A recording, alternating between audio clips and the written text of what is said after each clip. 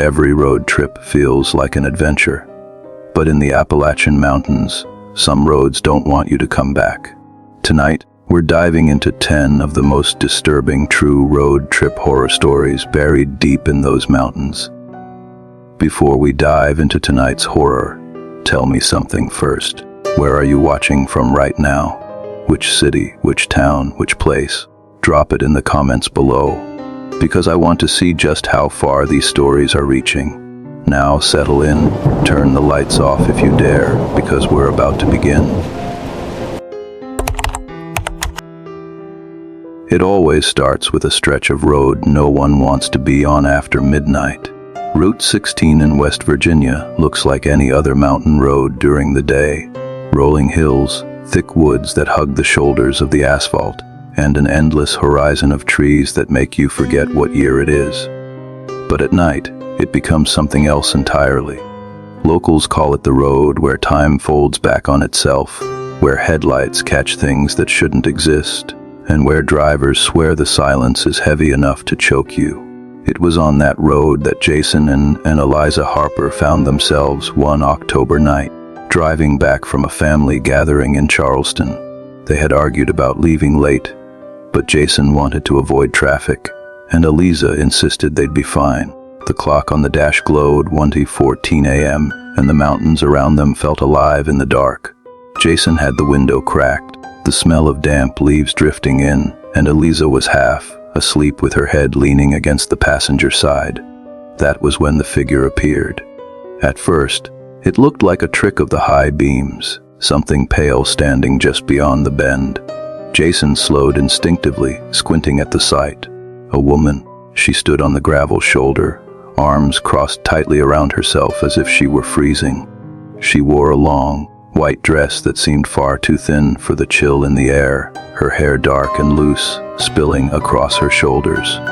She didn't wave, didn't move, just stood with her head tilted slightly down, as though waiting. Jason's hands tightened on the steering wheel. "Do you see that?" he whispered. Eliza stirred, blinking groggily, then sat up straighter when her eyes adjusted. She's standing in the road, Jason. Stop the car." Every instinct in him screamed to keep driving, to pretend he hadn't seen her, but some mixture of guilt and curiosity made his foot press the brake. The tires crunched gravel as they pulled to the side. The woman raised her head then, slowly, like a puppet on invisible strings, and Jason swore his breath caught in his throat. Her face was pale, not the pale of exhaustion or cold, but the washed-out gray of something that didn't belong in the living world. Her lips were parted, but she didn't speak. Her eyes were the worst part, too wide, unblinking, shimmering strangely in the beam of the headlights. Eliza lowered her window, her voice trembling as she leaned out. "Miss, are you all right? Do you need a ride?" The woman only nodded once, her movement stiff and deliberate. Jason felt a weight settle in his stomach, but before he could protest, the rear passenger door clicked open. He hadn't even seen her reach for the handle. She was just inside, sitting there, her white dress spilling across the seat like mist. The air in the car turned colder instantly. Jason gripped the wheel tighter, knuckles whitening. Eliza turned around, trying to smile at the woman. Where are you headed?" The woman's voice was barely a whisper, rasping like leaves dragged across pavement. "Home." Just that one word, and nothing else. Jason forced his eyes forward, pulling the car back onto the road, but every nerve in him screamed that something was terribly, impossibly wrong. The rearview mirror betrayed him. He couldn't help but glance at it, and what he saw didn't sit right. The woman wasn't seated like a normal passenger. She was too still, her spine rigid, hands folded neatly in her lap, and her reflection wasn't aligned with her body. It was slightly off, like an echo half a second too late. Jason tried to focus on the road. The trees seemed denser now, branches arching overhead to form a kind of tunnel. The headlights cut through a fog that hadn't been there moments ago. Eliza was murmuring soft questions, trying to ease the silence. "What's your name? Where's your home?" The woman tilted her head, her hair falling to the side in a curtain of black. "They know me. They'll know when I come back. Jason shivered. Ooh, Eliza asked softly. The woman turned her face toward the window, and Jason swore he saw condensation bloom across the glass, like frost forming from her breath, but her lips hadn't moved. Then he noticed something else. The fabric of her dress was wet. Not damp, not slightly soaked, dripping. A steady trickle of water pooled at her feet, seeping into the car's floor mats. Jason's throat tightened. He didn't dare say anything, but the stench of river water was unmistakable, sharp and earthy. He thought of the Elk River that ran parallel to Route 16, twisting like a dark vein through the mountains. Eliza noticed too. She pulled her feet up slightly, eyes darting toward Jason. He gripped the wheel harder, pretending not to see. The woman spoke again, sudden and sharp, making both of them jump. Turn here. Her pale hand lifted, pointing to a narrow gravel path barely visible off the main road. Jason stammered, There's nothing down there. No lights, no houses. But her voice cut through him, cold and commanding. Turn. Against every ounce of reason, his hands moved. The car lurched onto the path, stones crackling under the tires. Trees closed in tighter, branches scraping the roof like claws. The air inside the car grew unbearable, heavy with moisture. Jason's windshield fogged despite the defroster blasting. He wiped it with his sleeve, his pulse pounding in his throat. Then the woman began to hum, a low, wavering tune that made Jason's skin crawl. Eliza whispered, It's a hymn. I think. It sounds like an old hymn. The words weren't clear, but the melody carried something ancient, something mournful. Jason couldn't take it anymore. Who are you? He demanded, his voice shaking. What do you want from us? The woman's humming stopped. The silence after was worse. Slowly, she leaned forward, her face close enough for Jason to see her reflection in the glass. Her eyes, there was nothing human left in them, just dark water, rippling endlessly. They never found me, she whispered. Not all of me. Jason swore, his chest tightened, a suffocating pressure pressing down on him. Eliza gasped, covering her mouth with her hand. Jason glanced in the rearview mirror again, but the seat was empty, gone. His blood ran cold. He jerked the wheel, the car swerving dangerously on the gravel path. She's gone, Eliza, she's gone. But the sound of water dripping continued, steady, impossible. Eliza's scream tore through the car as claw marks etched themselves across the inside of the window, deep and jagged, the glass groaning under the force of invisible hands. Jason slammed the brakes, the car skidding to a stop in the suffocating dark. The engine sputtered, then died. They sat frozen, breaths ragged, the sound of water dripping echoing around them. Jason reached for the ignition, fumbling, but the key refused to turn. Eliza whispered, Jason, don't look behind you. His hands trembled on the wheel. He could feel it, the weight of something pressing into the back seat, cold and wet, the air thick with decay. Slowly, against every instinct, his eyes flicked to the rearview mirror. She was there, closer than before, her face inches from his, her lips parted in a grin too wide for her face, water spilling from her mouth like a broken faucet. Jason's scream caught in his throat as the windshield shattered inward, icy river water gushing into the car. The last thing he heard before darkness swallowed him was her voice, soft and mocking, home. When Jason and Eliza awoke, it was daylight. The car sat idling on the shoulder of Route 16, perfectly dry, no sign of water, no shattered glass. The rear seat was empty. But when Jason checked the back window, his stomach dropped. The claw marks were still there, etched deep into the glass. To this day, locals warn travelers not to stop on Route 16 when they see a pale woman in white. Some say she drowned in the Elk River after a car crash decades ago. Her body never fully recovered. Others whisper she drags the living down to finish what the river started. But everyone agrees on one thing: if you see her on the side of the road, don't stop. Because once she gets in your car, she never really leaves. Coal Miners Road isn't on most maps. It's one of those Appalachian backroads that feels like it was carved more by tragedy than design. Long, winding, hugging the cliffs, with hairpin turns sharp enough to carve tire rubber clean off. Locals don't like to talk about it, but anyone who grew up near Logan County knows the stories. They say the road is cursed, that it remembers every drop of blood spilled on its asphalt, and that when night falls, it doesn't let go of the dead so easily. For decades, truckers hauling coal through the mountains have whispered about a convoy of headlights that appear out of nowhere. 3 lights moving steadily ahead of you, always just far enough that you can never quite catch up. Some drivers swear they followed those lights for miles, only for them to vanish without warning at Dead Man's Curve, a turn where dozens of rigs plunged into the ravine below during the 1950s coal boom. Most called it superstition, a story for rookies, until a man named Caleb Branson learned the truth the hard way.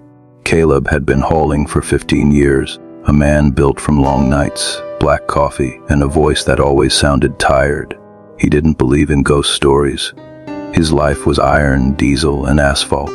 But one winter night, hauling a half-loaded rig down from Logan, he ended up on Coal Miners Road. It was supposed to be faster, a shortcut. His dispatcher warned him about the curves, but Caleb wasn't worried. He'd driven worse. The clock on his dash read 2:07 a.m. when he saw the first set of headlights.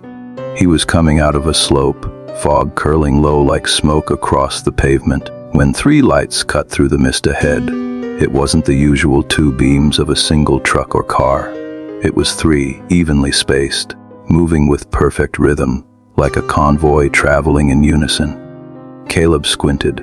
"Guess I ain't alone out here," he muttered, settling back in his seat. He figured it was 3 trucks hauling together, keeping close on the dark stretch.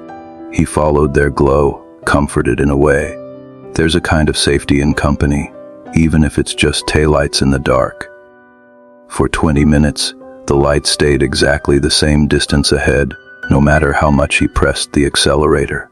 He'd speed up, they'd glide faster. He'd slow, they'd dim just enough to never fall behind. It felt almost deliberate, like they were tethered to his speed. But what began as comfort soon turned into unease. Caleb realized he hadn't seen a single reflective sign. No mile markers, no guardrails. Just that endless ribbon of road and the 3 lights, glowing pale through the fog. He cracked his window, the winter air biting his skin, and listened. Nothing. No distant hum of engines, no echo of other trucks. Just the low growl of his own rig and the eerie silence of the mountains. He leaned forward, frowning. Convoys didn't run this tight at night. Not on a road like this. "What the hell?" he muttered, his chest tightening. As the curve approached, Caleb's memory stirred. He'd heard old-timers talk about this road. Dead Man's Curve, a sharp left where the road seemed to fall out from under you. During the 1950s, coal companies pushed drivers to haul through snow, rain, whatever it took. Dozens never made the turn. Their trucks plunged straight down the ravine, engines screaming into the void. Caleb's father once told him, "That road eats men whole." He hadn't thought about it in years, not until now, with those 3 lights leading him straight to it. Sweat prickled his skin despite the cold. His hands clenched the wheel as the curve came into view. A jagged bite carved into the mountain, no guardrail, nothing but black emptiness yawning on the other side. The 3 lights ahead didn't slow. They glided smoothly into the bend. Caleb braked hard, his tires squealing, his whole rig shuddering as it fought against momentum. His headlights caught the mist curling over the edge of the cliff, and then he saw it. The 3 lights didn't make the turn. They drove straight through the air, hovering for a moment like stars sinking into the abyss, before vanishing in silence. No crash, no echo, just gone. Caleb's heart hammered so hard he thought it would burst. He slammed his rig into reverse, backing away from the curve, his breath fogging the cab. No, his voice shook. He sat there staring at the drop, headlights cutting through the mist that seemed to curl into faces, screaming mouths, hands clawing upward from the darkness below. Then the temperature dropped. The windshield frosted over in seconds, the glass spider webbing with ice. Caleb wiped it with his sleeve, but what he saw in the frost made his stomach twist. Handprints, dozens of them. Pressing from the outside, palms flattened against the glass, dragging streaks down as if trying to climb in. His radio crackled suddenly, a burst of static so loud it made him flinch. Then a voice came through, faint, broken, like it was coming from the bottom of a well. "Keep going, follow us." Caleb froze. The hairs on the back of his neck rose. The voice didn't sound alive. It was hollow, wet, like lungs filled with gravel. He yanked the radio knob, but it didn't shut off. The voice repeated, louder this time, overlapping with others, male, female, screaming, begging, "Follow us, follow us." Caleb's instincts screamed to floor it, to get off that cursed road, but his body felt locked, paralyzed. In his side mirror he caught movement. Headlights. 3 of them. Not ahead this time, but behind. Closing in fast, bright and wrong, too bright for halogen, almost white, blue like burning magnesium. His throat tightened. He slammed the gear shift forward, his rig lurching ahead as the lights gained. They weren't trucks. They weren't cars. They were orbs, glowing fiercely, pulsing like hearts in the fog. They weaved together in perfect formation, herding him toward the curve. Caleb roared, "Not tonight, you bastards." He gripped the wheel and veered hard onto a dirt pull-off, his rig bouncing violently. The lights shot past him, gliding straight over the cliff once again, dissolving into nothing. Silence followed. The radio died. The frost melted from the windshield. Caleb sat there shaking, his chest heaving, tears burning his eyes. For the first time in years, he prayed out loud. When dawn came, he finally crept his rig back onto the road. The sunlight made everything look normal, almost harmless. But when he passed Dead Man's Curve, his stomach lurched. Lining the edge of the cliff were pieces of rusted metal, twisted axles, fragments of old rigs half buried in the earth. And carved into a splintered post at the side of the road were dozens of names, dates stretching back 70 years. Caleb stopped the truck, his legs weak as he climbed out. At the bottom of the list, scratched into the wood, was his own name, Caleb Branson. His blood ran cold. The date was that very night. He scrambled back into his cab, refusing to look again, and drove until the mountains faded into daylight. He never hauled through Logan County again. He quit coal runs altogether a month later. When other truckers asked why, he only said one thing: "If you see 3 lights on Coal Miners Road, don't follow. They ain't leading you anywhere you want to go." To this day, drivers swear they still see the convoy. Some claim to hear voices on their radios, begging them to keep up. A few never come back at all. The road doesn't care if you believe the stories. The road remembers.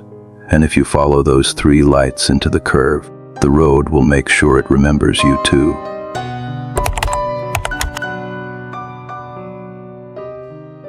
It was supposed to be a shortcut. A group of 4 friends on a long Appalachian road trip, tired of endless winding roads and gas station coffee, decided to shave a little time off their route by cutting through a forgotten stretch in Virginia. The GPS didn't even show the path, but one of them, Derek, swore he had read about an abandoned railway tunnel that cut straight through the ridge and would get them closer to their motel. He called it a local legend, a place people whispered about, though he never explained why. By the time they found it, the sun was already melting behind the ridges, shadows stretching across the asphalt like ink stains. The entrance looked wrong, as though the mountain itself had grown over the man, made wound, and was trying to swallow it back whole. Vines crept over the stone arc, and the mouth of the tunnel gaped like a black hole, the kind of darkness that swallows flashlights whole. Rusted "Anatpespa" signs hung half-torn on leaning poles. There was even an old barrier made of wood and chain, though most of it had rotted to nothing. At first, everyone laughed. It was creepy, sure, but what wasn't creepy in these mountains at night? The Appalachians are full of abandoned coal mines, collapsed shafts, tunnels that lead nowhere. People get superstitious. So, against better judgment, they parked the car just outside the arch and grabbed their phones for light. The air grew colder the moment they stepped past the threshold, and the sound of their sneakers echoed unnaturally, as if the tunnel didn't just reflect noise but multiplied it. They walked for maybe 5 minutes when the first sound came. A faint hum, like someone softly singing far away. Derek stopped. He swore it was just the acoustics of their own chatter bouncing around. But then they all went quiet, holding their breath, and the sound didn't stop. It grew clearer, sharper. 4 voices at least, singing together. The words were hard to make out, but the melody was unmistakable. It was a hymn. Laura, the most skeptical of the group, pulled out her phone to record. "It's probably some kids messing with us," she whispered, though her voice cracked. But the further they went, the more the singing swelled. It wasn't just 4 voices, it was dozens. Layer upon layer of harmony, rising and falling, filling the tunnel like invisible smoke. The hymn was haunting, almost mournful, and yet perfectly in tune, as though they were standing in the middle of an old church service. But the tunnel was supposed to have been sealed for more than 100 years. No one could have been inside, no one living anyway. They argued in hushed tones. Derek wanted to go further, convinced they'd find squatters or pranksters. Laura wanted to turn back. Kevin, the quietest of the group, just kept his light pointed at the ground, refusing to look into the dark ahead. And Emma, clutching Kevin's arm, whispered something that made them all fall silent. "Do you hear it?" The voices, they're saying names. They listened harder. Between the rises of the hymn, something new slipped through. Whispers. Dozens of them, maybe hundreds, all murmuring in the cracks of the song. And yes, some of them were names. Laura's name, then Kevin's, Emma's, Derek's, spoken as though they'd always belonged there, woven into the hymn itself. Panic settled like a weight in their stomachs. Emma begged to leave. Kevin turned around and started walking back, fast, his light trembling. But the moment they turned, the singing shifted. It no longer came from ahead of them. It came from behind. From the entrance they'd just walked through. Laura ran first. Her shoes slapped against the damp ground, her phone light shaking wildly. The others followed. The hymn rose to a deafening pitch, voices surging like a wave behind them. Their own names echoed louder, clearer, as though the tunnel itself had memorized who they were. Some voices were kind, almost pleading. Others were angry, spitting their names like a curse. They reached the entrance, gasping, hearts pounding. But something was wrong. The car was still there, parked just where they'd left it, but the world outside wasn't the same. The moon hung too low, fat and orange like it was pressed against the treetops. The forest was silent, too silent, not a single cricket or owl. And the air, it smelled of smoke, not cigarette smoke, not firewood, the acrid, suffocating smoke of coal. Derek swore and turned back to the tunnel, but the entrance behind them was no longer a black hole. It glowed faintly, as if lanterns flickered deep inside. Shadows moved along the stone walls, shapes of men with pickaxes, women in long dresses, children holding candles. Their faces were pale, dust-streaked, their mouths open in silent song. Laura screamed. Emma collapsed, sobbing, clutching her ears. The hymn had followed them out. It was all around now, as though the forest itself was singing. They piled into the car, Kevin fumbling the keys, hands shaking so badly it took him 3 tries to jam them into the ignition. The engine roared to life, and they sped down the narrow mountain road, the tunnel shrinking in the rear view. But even as the trees swallowed it from view, the sound didn't fade. It clung to the air inside the car, soft but steady, a choir carried on phantom wind. They didn't stop driving until they hit a town an hour away, pulling into a gas station under bright fluorescent lights. Nobody spoke for a long time. Finally, Laura played back the recording on her phone. Her hands trembled so badly she almost dropped it. The screen showed static, nothing but garbled audio. But in the middle of the distortion, a single voice cut through, sharp and cold. It didn't sing, it didn't whisper. It simply said, "You don't leave. You just return." And when she closed the phone, the battery was dead, drained in an instant. None of them ever talked about it again, at least not publicly. But weeks later, Kevin was found sleepwalking in the middle of the night, humming the same hymn under his breath. Emma swore she heard her name whispered whenever she stood near a church. and Laura, she never went back to the mountains. But sometimes, in the silence between dreams and waking, she swore she heard the choir still singing, a hymn that never ended.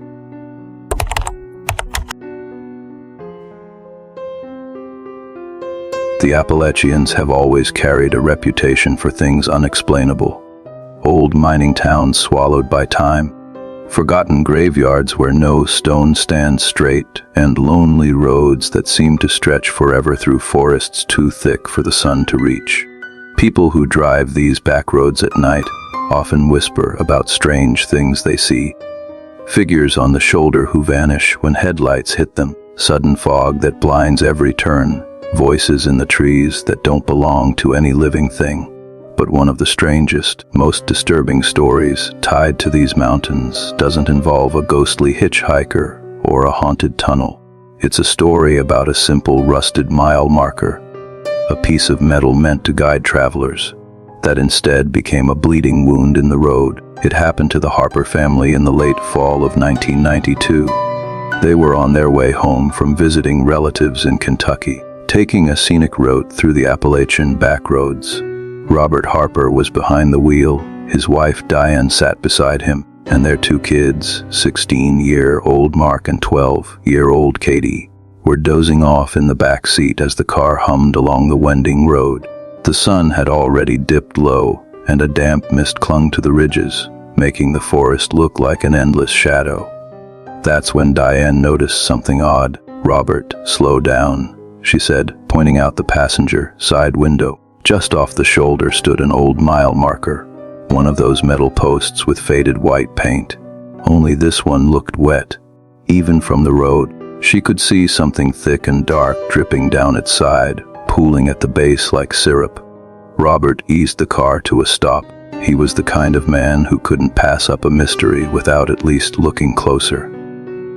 Mark groaned in the back seat, annoyed at yet another delay. But curiosity had already taken hold of the car. They stepped out into the chilly air, their shoes crunching on gravel. Up close, the mile marker was worse. The paint was nearly gone, rust chewing through the metal, but that wasn't what made Diane cover her mouth. From a seam near the top, a steady trickle of red liquid oozed down the surface, thick and sticky, catching the fading daylight in a way that looked too familiar.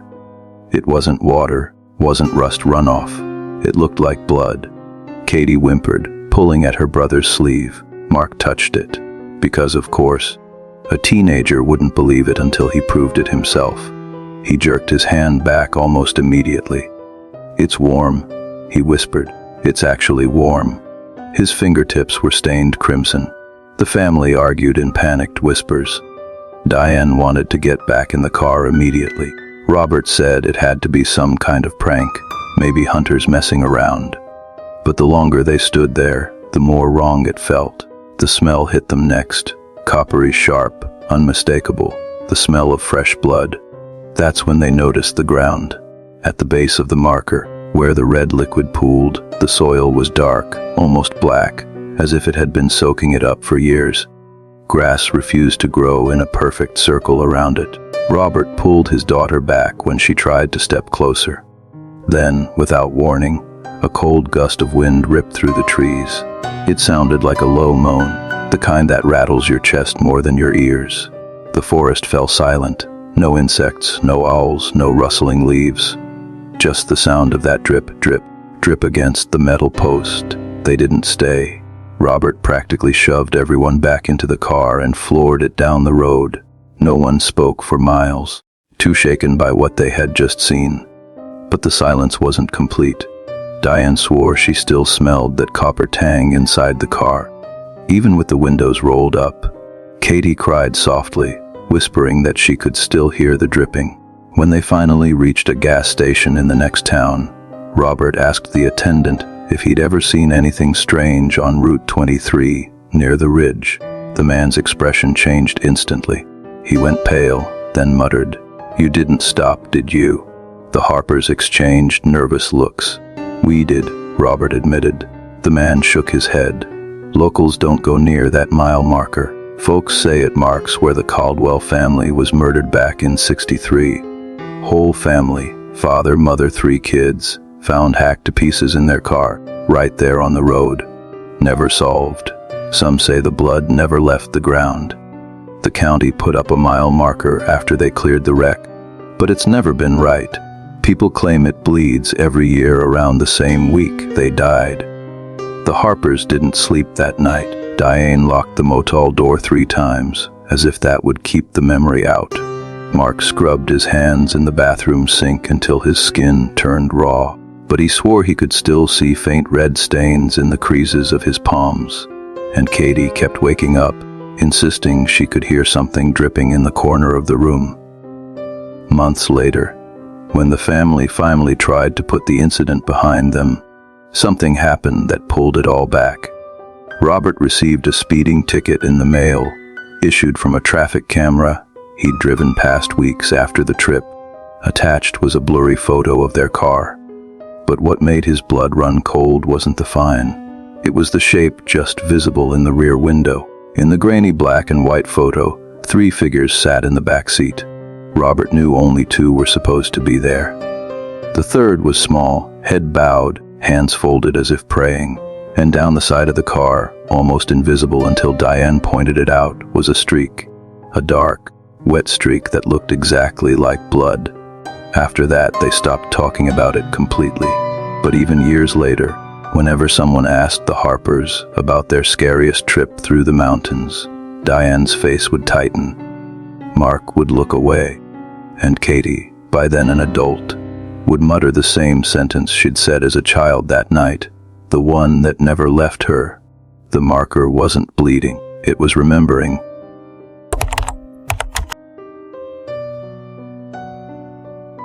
It started as a simple late-night drive, the kind of impulsive decision young people make when boredom collides with the thrill of the unknown. 2 friends, Nolan and Ezra, had been exploring the Appalachian backroads on their way back from a music festival in North Carolina. They weren't in any particular hurry to get home. Both 22, both restless souls with a love for empty roads and the sense that adventure always lay just around the bend. The night was clear, the stars bright, and the mountains wrapped them in shadows that felt older than memory. What they didn't know, what they couldn't have known, was that the road they'd chosen that night wasn't any ordinary stretch of asphalt. It was the kind of road that bends not only through the forest, but through time, through perception, through something darker. It was just past midnight when Nolan, who was behind the wheel, noticed the barn. It was a squat, lopsided structure leaning heavily to one side, its wood splintered gray by decades of weather. There was a single floodlight perched at the top of a pole in the yard, glowing faintly yellow as if fighting against the dark. Beside it was a crooked mailbox, leaning like a weary old man about to fall. Nolan remarked casually to Ezra, "Looks like something out of a horror movie," and they both chuckled, the way you do when the night is still innocent and laughter is still possible. 10 minutes later, Ezra sat up straighter in his seat. "Oh, dude," he said slowly, "didn't we just pass that same barn?" Nolan frowned. The headlights caught the same sagging roof, the same pale wood, the same crooked mailbox, and the same glow of the tired floodlight. "Nah," Nolan muttered. "Must just be a common look around here. Old barns all look the same." But Ezra wasn't so sure. He twisted in his seat, craning his neck to watch the structure vanish into the rearview mirror. Another 10 minutes passed. The road wound and curved through the mountains, lined with trees that crowded so close it felt like they were leaning in. Ezra had started counting the minutes on his watch. Exactly 10 minutes later, his stomach dropped. There it was again. The barn, the same sag, the same mailbox, the same muted floodlight that flickered once before going steady again. He grabbed Nolan's arm. "Don't tell me you don't see it. That's the same place." Nolan laughed, but his voice cracked in the middle.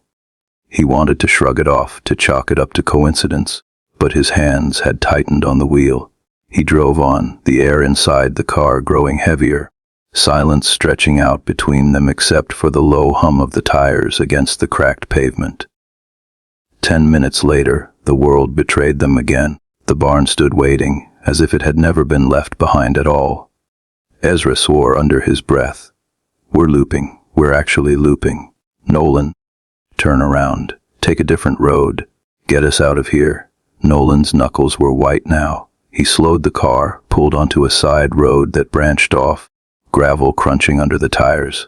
They drove for nearly 15 minutes this time, deeper into the dark. The trees grew thicker, the stars seemed farther away, and Ezra could have sworn the forest pressed closer with every mile. Relief began to creep into their conversation, until they rounded a bend and saw it, the barn, waiting. This time the floodlight buzzed and flared brighter as their car approached, as if it had been expecting them. The mailbox leaned lower, like it was about to collapse, but never did. Ezra was shaking his head now, muttering, "This isn't right. This isn't right." Nolan pulled over abruptly, gravel skidding under the tires. He got out, slamming the door behind him, marching across the ditch toward the barn, as if confronting it could somehow undo the madness. Ezra shouted after him, but Nolan didn't listen.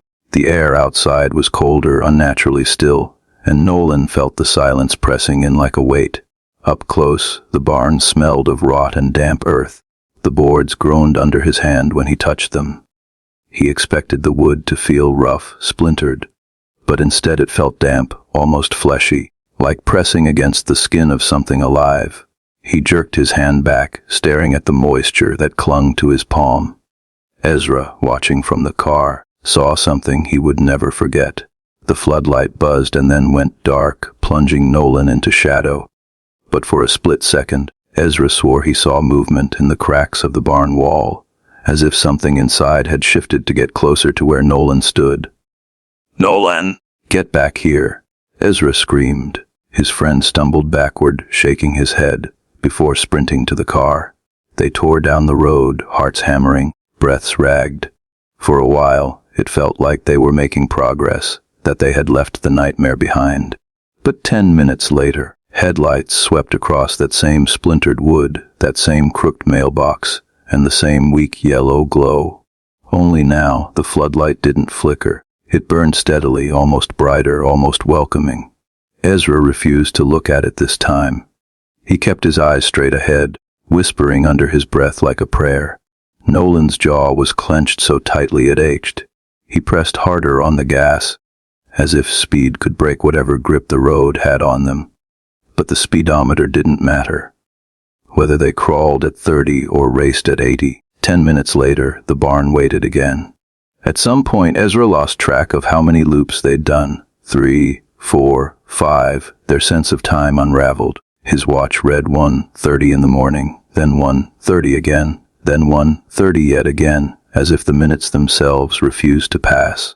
Nolan's hands began trembling on the wheel. His eyelids drooped. "Stay awake, man," Ezra urged, panic rising in his voice. "You can't fall asleep now. Don't let this place get in your head." But Nolan's head dipped. His eyes closed for a heartbeat too long, then snapped open again. And then, without warning, Ezra blinked, and found himself staring at Nolan slumped over the wheel, the car idling at the side of the road. His friend's chest rose and fell with slow, steady breaths like he had been asleep for hours. Ezra's voice cracked. "Nolan, wake up." He shook him, harder and harder, but Nolan didn't stir at first. When he finally did, his eyes were wide, disoriented. What happened?" Nolan rasped. "You fell asleep," Ezra said, his voice shaking. "You were out for almost an hour." Nolan stared at him in confusion. "No, I wasn't. I've been driving. I've been driving the whole time." But Ezra knew better. His watch told him an hour had passed. His own memory told him he'd been shouting Nolan's name, shaking him, begging him to wake. And yet the car hadn't moved an inch. They were still parked on the shoulder, the barn standing directly across from them like a sentinel. Something about the floodlight made Ezra's stomach twist.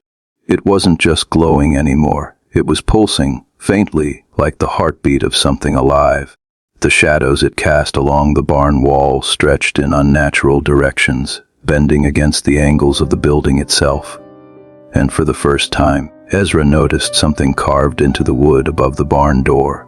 At least half a dozen names scrawled deep into the planks, worn by time but still visible. He squinted. They weren't just names, they were full names, followed by dates.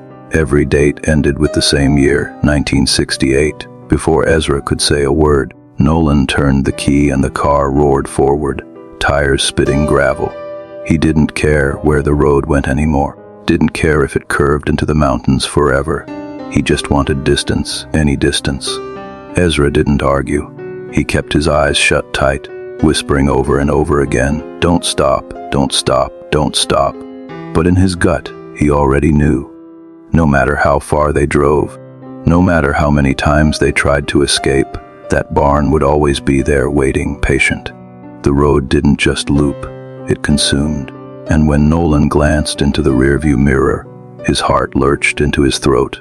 In the back seat, in the dim wash of dashboard light, two shapes sat silently where there should have been none. He didn't look again. He couldn't. They never spoke of it afterward. But sometimes, when Ezra closes his eyes, he still sees the faint glow of that floodlight. And Nolan, no matter how much he denies it, can't shake the feeling that something else is always riding in the car with him, waiting for the road to repeat again. Have you ever driven through the Appalachian Mountains at night?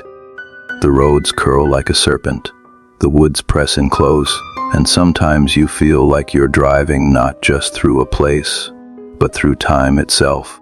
Tonight's story comes from two college students who thought they were just on a road trip, but ended up stumbling onto something far older, stranger, and impossible to explain. And before we begin, I want to ask you, if you were on a dark mountain road low on gas, and you spotted a glowing little station out of nowhere, would you stop? Think about that as we dive into what became the most unforgettable night of their lives. It was late summer, the kind where the humidity still clings to your skin and the air tastes faintly of earth. James and Eric, two roommates from Ohio State, had decided to take a long weekend trip through the Appalachians, driving Eric's beat-up Toyota Corolla with the idea of camping, hiking, and maybe finding a dive bar or two along the way. They weren't thrill seekers, just ordinary guys looking for adventure. But anyone who's ever traveled through the mountains knows, adventure in Appalachia doesn't always look the way you expect. It was close to midnight when the gas light came on. The Corolla coughed, the needle dipping dangerously low. They hadn't seen a station for miles, and both admitted nervously that they'd forgotten to top off earlier in the evening. The GPS was useless. The signal had been gone for hours. They drove on, headlights sweeping across trees that seemed to lean closer and closer with every mile, until James spotted a dim orange glow ahead. "There," he said, pointing. It was a small gas station, almost quaint. A single old-fashioned pump stood out front beneath a flickering fluorescent light. The sign was half burned out, but the word "service" could still be made out. The building itself looked like something from a black and white photograph, maybe the 1950s. An old Coca-Cola machine sat outside, rust creeping up its sides, and a hand-painted board in the window read, "Open." Eric pulled in with relief. The place was silent, except for the buzzing light and the distant chirp of crickets. As they got out, the smell hit them first. Gasoline, yes, but mixed with something else. Something earthy, almost metallic, like iron left too long in the rain. An attendant stepped out from inside. He was tall, rail-thin, with suspenders holding up trousers that looked at least 30 years out of date. His face was lined, his eyes shadowed, but he smiled politely, wiping his hands on a rag. "Evening, boys," he said in a slow, almost wary drawl. "Need a fill-up?" The way he spoke made James feel like they'd stepped into another time. Still, Eric nodded. "Yeah, running on fumes." The man filled the tank himself, the old pump ticking loudly with every gallon. James noticed the numbers didn't make sense. The gallons pumped didn't line up with the price. It was too cheap, absurdly cheap, like 70 cents a gallon. He frowned, but said nothing. While waiting, Eric decided to stretch his legs. He peeked inside the building. A bell jingled as he stepped through the door. The place was a snapshot from the past, shelves lined with faded boxes of crackers, glass bottles of soda, dusty canned goods. A rotary phone hung on the wall. Behind the counter, a jar of pickled eggs sat cloudy with age. But what unsettled him wasn't the decor, it was the silence. No humming refrigerator, no radio, no sound of electricity. Just the creak of the wooden floor beneath his sneakers. The attendant finished pumping and took their cash. Cash only, no cards. He gave them change in coins so old they looked almost collectible. "Y'all have a safe drive now," he said. They thanked him, waved, and drove off, laughing about the strangeness of it all. "It's like we went back in time," Eric said. That guy looked like he hadn't changed a thing in 50 years. James pocketed one of the coins absent-mindedly. Probably some old family station. Cool vibe, though. But the next morning, when they stopped in town for breakfast, James told the waitress about the place. Small station, old sign, single pump, guy wearing suspenders. You know the one. The woman gave them a blank stare. "Honey, there ain't been a gas station out that way in decades. Closest one's 15 miles south." "No," Eric insisted. "We were just there. Last night. He filled up our tank." The waitress shook her head. "That station burned down back in '64. Folks said the attendant, Earl his name was, died in the fire." James laughed, but it sounded hollow. "No, come on." We talked to him. We handed him money. He pulled out the change, setting the coins on the counter. The waitress leaned forward, her face pale. "Where'd you get those?" "From the guy at the station," James said slowly. She whispered, "Those are silver coins. They stopped minting those years ago." The two friends looked at each other. Their skin prickled. Suddenly, the gas in their stomachs didn't sit right. The memory of the man's smile, the smell of iron in the air, the too cheap gas. All of it pressed down heavier now. Eric suggested they drive back, just to prove it. So after breakfast, they retraced their route. They drove the same winding roads, past the same landmarks, until finally they reached the spot where the station had been. But there was nothing there. No pump, no building, not even a foundation. Just overgrown weeds and a patch of cracked asphalt that looked as though it hadn't been touched in decades. Eric slammed the brakes and got out, pacing, his vor.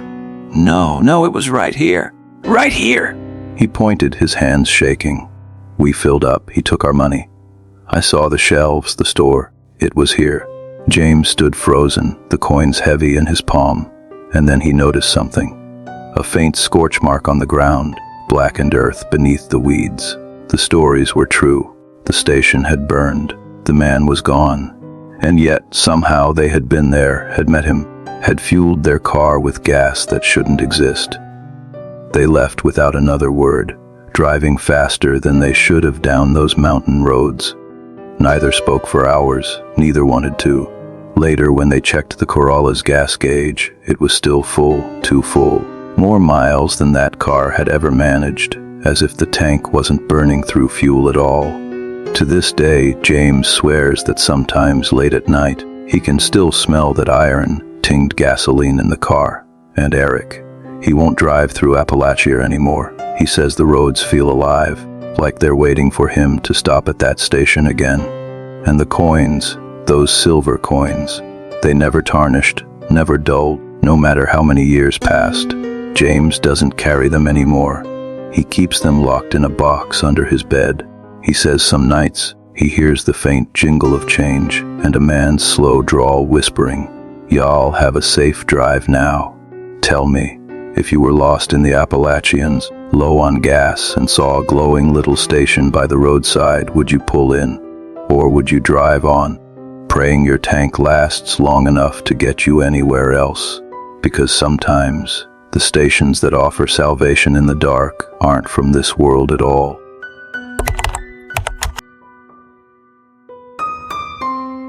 Imagine you're driving alone through the Appalachian Mountains at night. Nothing but twisting roads, endless forest, and the hum of your engine to keep you company. No cell signal, no lights from houses, no sign of civilization. Just you, your headlights, and the creeping thought that if something were to happen, no one would know. Now picture this. You see someone on the side of the road, a boy, waving you down asking for help. Would you stop? That's the question one traveler has asked himself every single night since the encounter that changed him forever. He wishes now that he'd kept driving. It was late October, the kind of night when fog clings to the road like smoke and the trees look skeletal under the glow of the moon. Michael was 32, a software engineer from North Carolina, who had taken time off work to do a solo road trip through the Appalachians. He'd always loved history, folklore, and nature, and the mountains offered all three. But by the time his GPS lost signal and his fuel gauge dipped lower, the adventure no longer felt charming. The silence pressed against the car windows, broken only by the sound of gravel under his tires. At around 1 a.m., he spotted something ahead, a small figure by the roadside, standing just beyond the reach of his headlights. Michael slowed, his heart kicking up. At first, he thought it was a deer, the way it seemed too still, almost frozen. But then it raised an arm and waved. It was a child. Michael rolled to a cautious stop, flicking on his high beams. A boy stood on the shoulder of the road, maybe 10 years old, dressed in faded overalls and a threadbare shirt. His skin looked pale in the light, almost gray. His hand was lifted in a slow, almost mechanical wave. Michael lowered his window a crack. "Hey kid, you okay? You lost." The boy stepped forward, his shoes scraping on gravel. "Mister," he said softly, his voice flat and almost rehearsed. "Can you help me? Please?" Something in the way he spoke didn't sit right. It was too calm, too measured, like he wasn't scared at all. Michael's instincts told him to be cautious, but the boy looked small, vulnerable. He reached for the passenger door handle. "Where's your family?" Michael asked. The boy took another step. That's when the headlights caught his face fully. Michael's breath caught in his throat. The boy had no eyes, not missing, not injured. Just empty sockets, dark and hollow, as if his eyes had never been there at all. Michael froze, his hand still on the door. The boy tilted his head, as if listening to something far away. Then he spoke again, barely above a whisper. "Turn back." Michael's heart hammered in his chest. "What do you mean?" he stammered. The boy shook his head slowly. "Turn back. They're waiting for you." Every instinct screamed at Michael to hit the gas, but something about the boy rooted him to the spot. His empty sockets seemed to pull at him, drawing him into the darkness behind them. For a moment, he swore he heard voices whispering inside his own head, not his own thoughts, but layered murmurs in a language he didn't understand. He slammed the window shut and threw the car into drive. Gravel sprayed as he pulled away, glancing in the mirror. The boy hadn't moved. He was still standing in the same spot, arm raised in that slow, haunting wave, his eyeless face blank and unblinking. Michael drove for what felt like hours, though it couldn't have been more than 20 minutes before he reached a small diner lit by neon. Shaking, he stumbled inside. A middle-aged waitress glanced up from behind the counter. "You all right, hon? You look like you've seen a ghost." Michael tried to laugh it off, but his voice cracked. "There was a boy, out on the road, no eyes. He told me to turn back." The waitress's smile faltered. She glanced toward a man at the end of the counter, an older local in a trucker's cap. The man set down his coffee slowly. "You saw him?" "Two," the man said flatly. Michael blinked. "What do you mean, two?" The man leaned forward, lowering his voice. "Folks around here talk about the boy with no eyes. Travelers see him sometimes, usually at night, usually when they're lost. They say he's a warning." Michael swallowed hard. "Warning of what?" The man's eyes darkened. "That the road you're on don't lead where you think it does." Michael left the diner an hour later, but the man's words clung to him. He tried to tell himself it was exhaustion, that he'd imagined the sockets, the whispers. But the next night, as he slept in a roadside motel, he dreamed of the boy again. Standing at the foot of his bed, tilting his head, whispering the same words, "Turn back." The following day, Michael tried to cut his trip short, heading for the interstate. But no matter which turns he took, his GPS malfunctioned, spinning, rerouting him onto smaller, winding roads through thick woods. And then, in the late afternoon, as the fog began to gather again, he saw something that made his blood run cold. There, standing by the shoulder of the road, was the boy. The same overalls, the same blank sockets, waving slowly as though Michael had never left. Michael didn't stop this time. He pressed harder on the gas, speeding past, but as he did, he heard something, clear as if whispered directly into his ear. It's too late now. That night, Michael never made it to a motel. His car broke down on a deserted stretch of road, the engine coughing before dying completely. When he tried to call for help, his phone screen flickered, then went black. The woods pressed in from all sides, and the silence was suffocating. And that's when he heard it. The crunch of small footsteps on gravel. A child's voice, soft and steady. "Mister, can you help me? Please." Michael never told anyone what happened next. When another driver found his car the following morning, it was empty. The doors were locked from the inside. His belongings were still in the back seat, but Michael himself was gone. The only clue left behind was something on the passenger seat, a small, rust-colored handprint the size of a child's. Some say the boy with no eyes is a spirit trying to save travelers, warning them from going deeper into the mountains. Others believe he isn't a warning at all, but a lure, drawing people off the road into something darker, something they can't come back from. But one thing is certain, if you ever find yourself driving alone in the Appalachians at night, and you see a boy waving you down, don't stop. Don't roll down your window. Don't listen when he whispers. Because if you look into those empty sockets for too long, you may never leave those mountains again. And maybe, just maybe, that boy isn't warning you to turn back. Maybe he's warning you that it's already too late.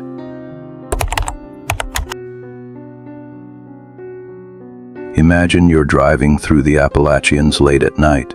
The road is winding, 2 narrow lanes curling around mountains, with cliffs on one side and endless black woods on the other. Your headlights stretch only so far before the darkness swallows them whole.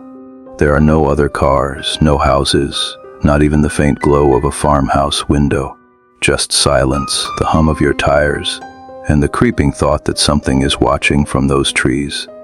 And then, in your rearview mirror, you see it, headlights, a vehicle you hadn't noticed before. They appear too suddenly, too close.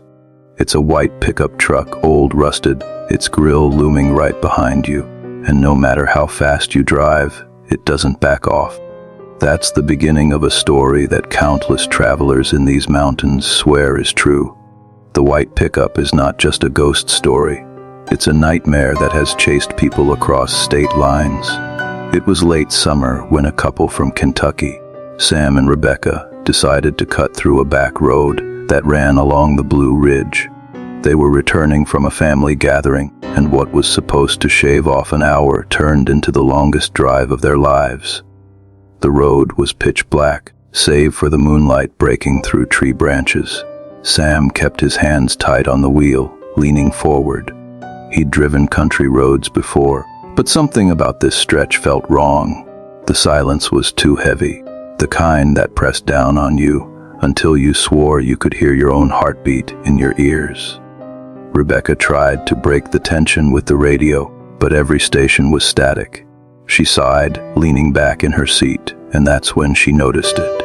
"Sam," she whispered, "there's a truck behind us." Sam glanced in the mirror. Sure enough, 2 headlights glared back at him.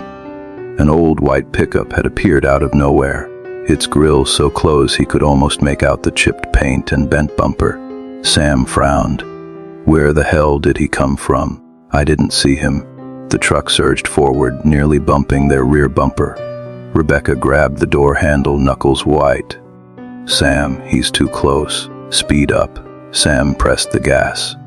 The car rattled as they picked up speed on the uneven road, but the pickup stayed glued to them, its engine roaring like an animal. The road wound sharper, each turn a risk, but the truck matched every move perfectly, never gaining distance, never losing it. Its headlights filled the mirror, blinding and suffocating, as though it wanted them to see nothing else. Rebecca twisted in her seat, trying to catch a glimpse of the driver. I can't see anyone. It's too dark. The glass looks wrong, like it's all blacked out. Sam gritted his teeth. He's just some drunk redneck messing with us. But deep down, he knew it wasn't that simple. The truck's movements were too precise, too deliberate. It wasn't just tailgating, it was hunting.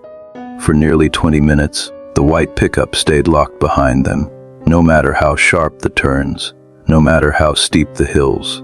And then, just as suddenly as it had appeared, it vanished. Sam blinked at the empty mirror, heart pounding in disbelief. What the hell? Where'd he go? Rebecca spun in her seat, scanning the road behind them. Nothing. Not even the glow of retreating taillights. Just darkness swallowing the road. He was right there, she whispered. Sam, I swear he was right there. They tried to calm themselves, but the unease never left. The rest of the night passed in silence, the kind that felt more like a warning than peace. When they told Rebecca's uncle about it the next day, his face went pale. He leaned in and whispered, "You saw it, the pickup. Folks round here don't like to talk about it, but plenty have seen it. That truck chases you down like it's alive, and it don't stop until you're out of these mountains. Some say it's the spirit of a man who died in a wreck years ago. Others say it's something worse, something that pretends to be a truck so it can stalk whoever wanders too far into these back roads." Sam laughed it off, but inside he couldn't shake the feeling that the old man was right. Weeks later, another traveler, a college student named Daniel, was cutting through the same stretch of highway after visiting friends in Virginia. He'd heard the stories but thought they were just local legends meant to scare outsiders. Around midnight, with his music playing low and the windows cracked to the humid mountain air, the road stretched ahead empty and silent. Until it wasn't. Two lights bloomed in his mirror. A white pickup, closer than it should have been, moving faster than it had any right to on that winding road. Daniel muttered a curse and tapped the brakes, hoping the truck would pass, but instead it surged forward, close enough that he felt the tremor of its engine shake his little car. He tried to wave it around, even pulled slightly toward the shoulder, but the pickup never budged. It only grew more aggressive, swerving left, then right as if toying with him, then snapping back in line inches from his bumper. Daniel's pulse skyrocketed. He floored the gas, the speedometer climbing, the road a blur beneath him. Still, the pickup matched him, never pulling ahead, never falling behind. At one point, Daniel swore he saw something impossible, the driver's window rolling down.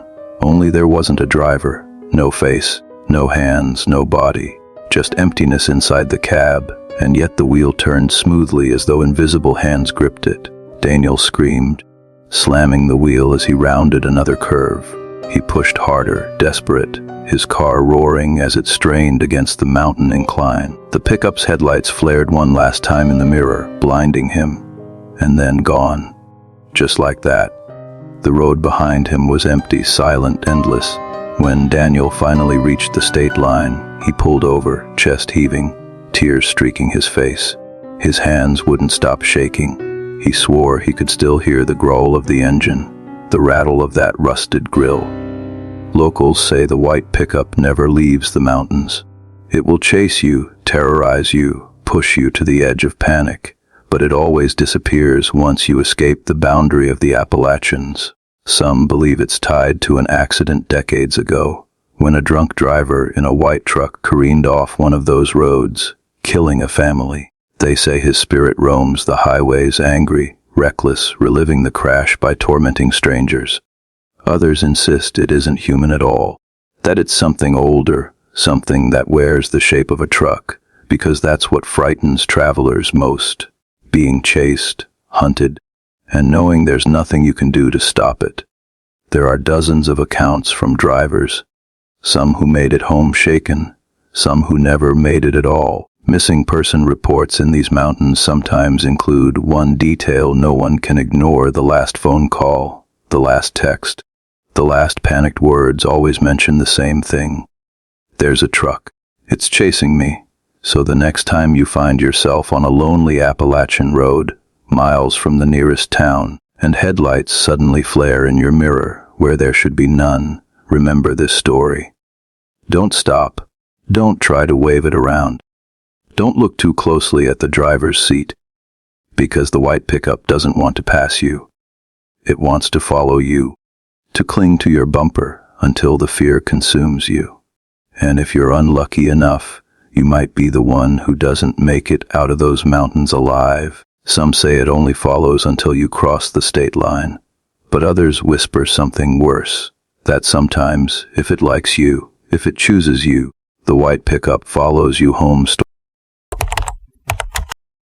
It was supposed to be a simple drive back from the mountains, nothing more than a late night return after a long weekend of hiking. 4 of us had gone, crammed into an old Jeep with our boots tossed in the back and our clothes still carrying the smell of smoke from the campfire. The Appalachian night stretched out around us, winding 2-lane roads lit only by the beams of our headlights. It was close to midnight when the first veil of fog rolled across the asphalt. So thin at first it looked like smoke drifting across the ground. No one thought much of it. After all, mountain fog is common, especially after a damp evening. But then, as we curved around the bend, the fog didn't lift. It thickened, and then it thickened again. The headlights barely cut more than a few feet in front of us. Everything beyond the hood of the Jeep disappeared in white, as if we were driving into a blank page. Just slow down, Sarah whispered from the passenger seat, her hands tied around her seatbelt. It'll clear once we get lower. But the road wasn't taking us lower. We turned left, then right, the asphalt snaking in ways that didn't match the road we remembered. Every tree along the edge of the road was swallowed by the fog until they were only shadows pressing in closer and closer. Minutes passed, then maybe an hour. It was impossible to tell. The clock on the dash flickered strangely, first showing 12:09, then 2:36, then back again. We're not going the right way, James muttered from the back seat, checking his phone, but the GPS just showed a spinning circle. No signal, no map. The fog clung to the windshield like something alive, curling and shifting, sometimes parting just enough to show the road ahead before closing in again. The strange part was how silent everything became. No crickets, no night birds, not even the sound of wind through the trees. Just the Jeep's engine and the shallow breaths of 4 people trying not to admit we were getting scared. We tried turning around at one point, making a U-turn on what we thought was a wide shoulder, but when we circled back, the road looked exactly the same. Same cracked yellow lines, same leaning wooden post on the edge, same oppressive white blur swallowing everything past the headlights. It was as if the fog was pulling us into its own loop. The gas gauge dipped lower and lower, and the realization hit hard. We'd been driving for hours, but hadn't passed a single other car, a single house light, nothing. "Look," Sarah whispered, pointing out the window, and that's when I saw it too. Figures, shapes. For a moment I thought it was just the trees again, shadows bent strange by the beams of our lights. But as we slowed down, we saw them more clearly, pale outlines of people standing just at the edge of visibility. Not moving, just waiting, half hidden in the fog. We couldn't see faces, only the faintest suggestion of heads and shoulders. One figure raised its arm slowly, like it was pointing further down the road. The Jeep lurched forward again without us deciding it. The fog swallowed the figures instantly. By now my knuckles hurt from gripping the wheel. Sweat prickled my back though the night was cold. Hours stretched into a blur, and the fuel needle kissed the red line. We were going to be stranded in the middle of nothing, swallowed in white. Sarah started crying quietly, trying to hide it by facing the window. James cursed under his breath, over and over, like if he stopped, something worse would happen. Then it hit us. The air was wrong, not just damp like mountain fog. It carried a smell, faint at first, then stronger, burning rubber and iron, sharp and metallic like blood. Every breath felt heavier, slower, as if the fog wanted to sink inside our lungs. My eyes watered, but I didn't dare pull over.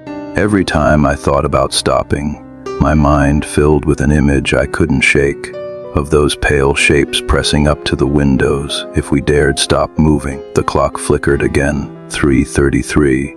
Then the dash lights went out completely, plunging us into silence and darkness except for the faint glow of the headlights. For a second, I thought the Jeep had died. But the engine still rattled, the tires still hummed against the endless road. That was when Sarah's voice broke the silence, almost too soft to hear. "I don't think we're supposed to be here." The road bent sharp, and suddenly there was a break in the fog. Just a crack at first, a line of visibility opening like a curtain being pulled. And then, without warning, we burst out into clear night air. The stars above looked harsh and bright, the cool mountain wind rushing in through the vents like we'd surfaced from underwater. I slammed the brakes, pulling the Jeep to the shoulder, everyone gasping as if we'd all been holding our breath for hours. Behind us, the fog wall sat thick and still, stretching across the road like a barricade. We stared at it, no one daring to speak. Finally, James broke the silence. "Where the hell are we?" His phone lit up again, service bars flickering. The GPS blinked on, loading our location. It didn't make sense. We weren't anywhere near the winding back roads we'd taken to leave the mountains. Somehow, impossibly, we were in another state, hundreds of miles off course. The tank was nearly empty, the Jeep coughing as I tried to drive again. But a highway sign appeared just down the road, green letters shining in the high beams. Civilization. Relief. But none of us spoke on the ride to the nearest gas station. None of us dared look behind us at the wall of fog we knew was still there, standing on the horizon like it was waiting. Even now, I wonder if we were supposed to keep driving. If we'd followed that pointing figure deeper, if the gas had truly run dry, if the clock had struck one more impossible hour, would we have come out at all? Or would we still be circling that endless road, swallowed in the fog that follows? It was supposed to be nothing more than a long, quiet drive through the Appalachians. I'd been on the road since morning, weaving through small towns, fueling up when needed, and letting the rhythm of the highway keep me company. My plan was simple: reach the next city by midnight, crash in a cheap motel, and continue the rest of the way home the following day. Nothing unusual about it. But somewhere past sundown, while digging around in the glove box for a pack of gum, I found something that froze me in my tracks. A crumpled gas receipt. The paper was wrinkled and faintly greasy, like it had been there a while. At first, I didn't think much of it. I'd been on the road plenty, and stray receipts always ended up in the glove box. But then I saw the date. It wasn't today's date. It wasn't yesterday's. It was tomorrow's, printed clearly, unmistakably. Tomorrow. My stomach tightened, and for a moment I thought maybe I was overtired reading it wrong. I rubbed my eyes, held the slip closer to the dash light. The timestamp at the top read under quantity for 2025, 11:14 p.m. tomorrow night, and then at the bottom, beneath the usual printout of gallons, cost, and pump number, someone had written in thick, slanted red ink, "Don't take the mountain road tonight." I laughed nervously at first, trying to shake it off. Some prank, I told myself. Maybe the cashier had a sense of humor. Maybe I'd grabbed someone else's receipt without realizing it. But even as I thought that, my hands felt clammy. Because I hadn't stopped for gas in hours, and the last station I remembered didn't give handwritten notes on their receipts. And the ink didn't look like it had been added at the counter. It looked like something scrawled later, messy, rushed. I shoved the receipt back into the glove box, but the words stuck in my mind. Don't take the mountain road tonight. The problem was, the mountain road was exactly where my GPS was pointing me. The fastest route through the dark curves, avoiding the long detour through the valleys. I could hear my old man's voice in my head, the way he used to warn me before road trips. The Appalachian mountains don't like to let go of people who don't respect them. I always laughed it off as just mountain folk superstition. But tonight, with that receipt burning in my pocket, it didn't feel so funny. The highway signs loomed, green against the blackness, and there it was, Route 77, the mountain pass. My blinker clicked on before I even thought about it. The road tilted upward, winding into the dark like a ribbon cutting through shadow. Almost immediately, the air felt heavier, colder. The trees pressed close on both sides, their branches curling like arms. I turned up the radio, trying to shake off the chill crawling across my skin, but the signal kept crackling, voices fading in and out as though someone else was whispering beneath the music. At first, it was just the fog, a thin mist that hugged the asphalt. But as I climbed higher, the fog thickened until my headlights barely cut through it.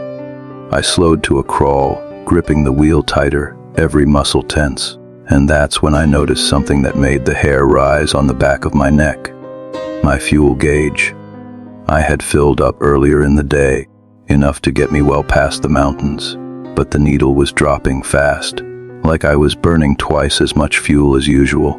I tapped the glass, convinced it was just a faulty reading, but the needle kept sinking. A mile later, I saw it. A gas station, sitting like an island in the fog, flickering fluorescent lights, a single pump, the glow of a dirty convenience store window. Relief hit me hard, but it was tangled with unease. I hadn't seen a single building for miles, and I didn't remember this place being on the map. I pulled in anyway, the crunch of gravel loud under my tires. The place looked abandoned. Dust coated the windows, the sign overhead hung crooked, letters half missing. But the pump still blinked alive.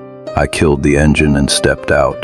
The fog clung to me like wet cloth, muffling every sound. The pump handle was old, heavy, colder than it should have been. As I slid my card in, I glanced toward the door of the convenience store, and my blood ran cold. A man stood there just inside the glass, pale, still, watching. He didn't move when I met his gaze. His outline was blurred by the fogged window, but I could see his eyes. They looked too dark, too wide. I fumbled with the pump, hands shaking, trying not to look at him again. The receipt machine clattered as the transaction finished. Against every instinct screaming at me not to, I snatched the slip. My heart hammered as I read it under the buzzing light. Same date, tomorrow, same timestamp, 11:14 p.m., and again the same red scrawl at the bottom, don't take the mountain road tonight. I dropped the paper like it burned me. When I glanced back at the store window, the man was gone. The glass reflected only the dim outline of my car. I didn't wait another second. I shoved the handle back, leapt into the driver's seat, and slammed the Jeep into gear. Gravel spat from under the tires as I tore back onto the road. The fog was worse now, so thick it felt alive. My headlights bounced off walls of white, revealing shapes that weren't trees. Figures, standing along the road's edge, facing the car as I passed. I caught glimpses of their faces, blank, pale, eyes too hollow. They didn't move, they didn't blink. They just watched silent, as if waiting for me to stop. Every curve of the mountain brought more of them, standing in rows, closer and closer to the asphalt. Panic clawed at my throat. The radio crackled again, voices layering over each other in whispers. I could swear one of them was my own, speaking words I couldn't quite make out. The fuel gauge dipped lower, impossibly fast. My vision blurred with fear, but I pressed the accelerator harder, begging the Jeep to keep moving. Then, out of the fog, headlights appeared. Relief surged. Another car, finally. I honked, flashed my lights, desperate not to feel alone on this cursed road. But as the vehicle drew closer, my stomach twisted. It was my Jeep. Same dents, same plates, same flicker of the right taillight. My Jeep driving straight toward me. I swerved at the last second, tires screaming, the world tilting as I narrowly avoided colliding with myself. In the rearview mirror, I saw nothing but fog again. No car, no lights. My breaths came ragged, my knuckles white on the wheel. The road seemed endless, looping, twisting in directions that didn't match the map in my head. I drove until the fuel needle buried itself on empty, yet somehow the Jeep kept moving. The clock on the dash glowed 11:14 p.m., the exact time printed on both receipts. And then, just as suddenly as it had started, the fog broke. The road spit me out onto a wide clearing, stars blazing overhead. My chest heaved, sweat plastered to my skin. I glanced around wildly, but the watchers were gone. The air was clear. My GPS flickered back to life, showing me a location miles from where I should have been. I had no idea how I'd gotten there, no memory of half the turns. I pulled into a rest stop, shaking, desperate for something normal. When I finally caught my breath, I opened the glove box, meaning to shove the cursed receipt deep into the pile of junk. But what I saw made my stomach drop to ice. Not one, not 2 dozens. Receipts, all with tomorrow's date, all time-stamped at 11:14 p.m. Each one bore the same red warning: don't take the mountain road tonight. I sat frozen, staring at the pile of paper, the truth sinking in with unbearable weight. I hadn't found the first receipt by accident. I had been finding them over and over, every night, on every trip through these mountains. And no matter how many times I tried to heed the warning, I always ended up back here, on this same cursed road, at the same cursed time. The gas gauge was empty, but the engine idled, steady as ever. I stared at the clock as it ticked over one final time, 11:14 p.m., and I realized with a hollow certainty that I was never leaving these mountains. Not tonight, not tomorrow, not ever. If you made it this far, you're braver than most. But don't leave yet. Hit that like button so I know you survived. Drop your thoughts in the comments because your story might be next. And make sure you subscribe, because the horrors waiting in the next video are even darker than this one. And once you press play, there's no turning back.